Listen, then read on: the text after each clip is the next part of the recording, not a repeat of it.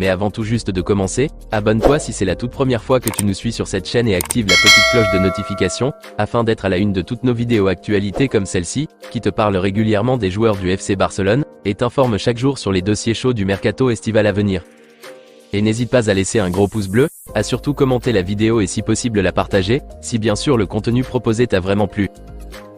Si c'est fait les amis, alors on y va.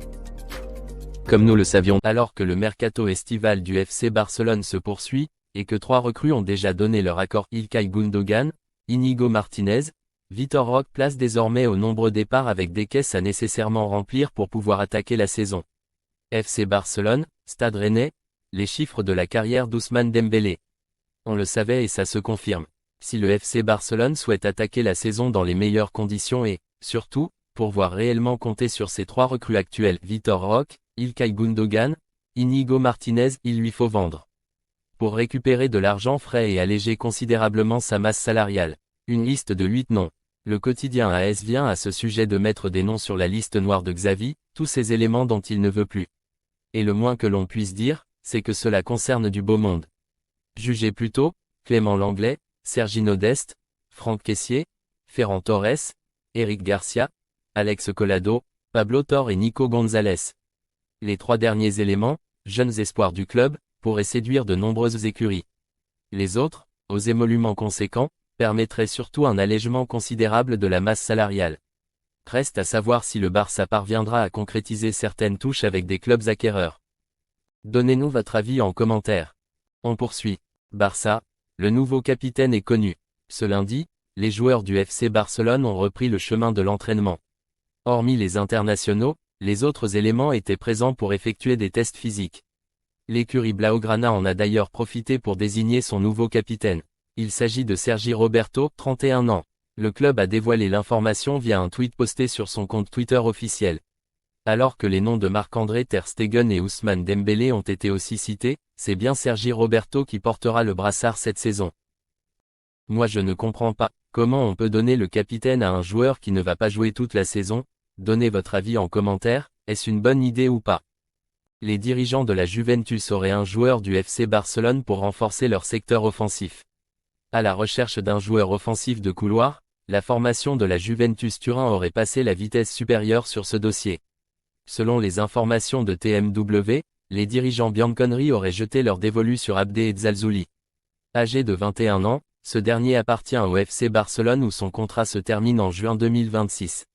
Prêté l'an passé à Osasuna, l'international marocain, cette sélection a réalisé une saison intéressante. La Juventus aurait entamé des discussions avec le Barça pour négocier la venue du natif de Beni Mellal. Le club catalan demanderait 15 millions d'euros. Barça, Íñigo Martínez est arrivé à son premier entraînement, en taxi. Recruté par le FC Barcelone cet été, Íñigo Martínez est arrivé au premier entraînement de la saison, en taxi. La cour des grands pour Íñigo Martínez.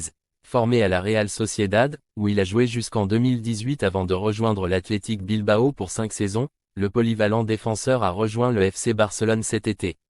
Pas encore bien installé, et il ne semble pas encore très bien installé dans la cité catalane, en témoigne son arrivée remarquée au premier entraînement de la saison ce lundi. En effet, l'ancien joueur de Bilbao s'est présenté au centre d'entraînement, en taxi, ce qui n'a pas manqué d'intéresser les curieux présents sur place, lesquels ont tous brandi leur téléphone. Arrivé en fin de contrat. Pour rappel, le joueur de 32 ans a rejoint le Barça gratuitement suite à la fin de son contrat avec l'Athletic. Il s'est engagé en faveur des Catalans jusqu'en 2025. Tout indique le latéral brésilien de l'AS Monaco, Wanderson, rejoindra le FC Barcelone lors de l'été 2024. Wanderson est depuis de nombreux mercatos la cible du FC Barcelone, qui souhaite ajouter un latéral droit de grand talent à son effectif.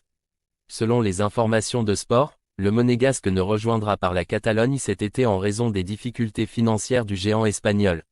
En revanche, tout porte à croire que le Barça reviendra à la charge en 2024 et que Wanderson sera partant.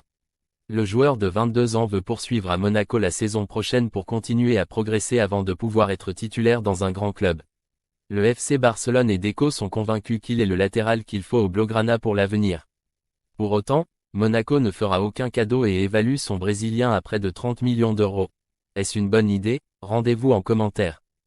Champion d'Espagne en titre, les joueurs Blaugrana ont repris le chemin de l'entraînement ce lundi, avec les premiers tests physiques. Le Barça, coaché par Xavi, tentera de conserver son titre cette saison, avec un premier déplacement prévu le 13 août sur la pelouse de Retafe. C'est tout pour aujourd'hui.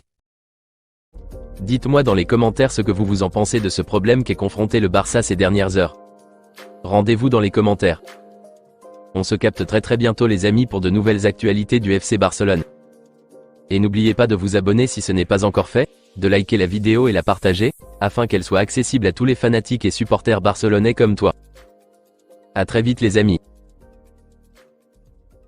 Affaire à suivre.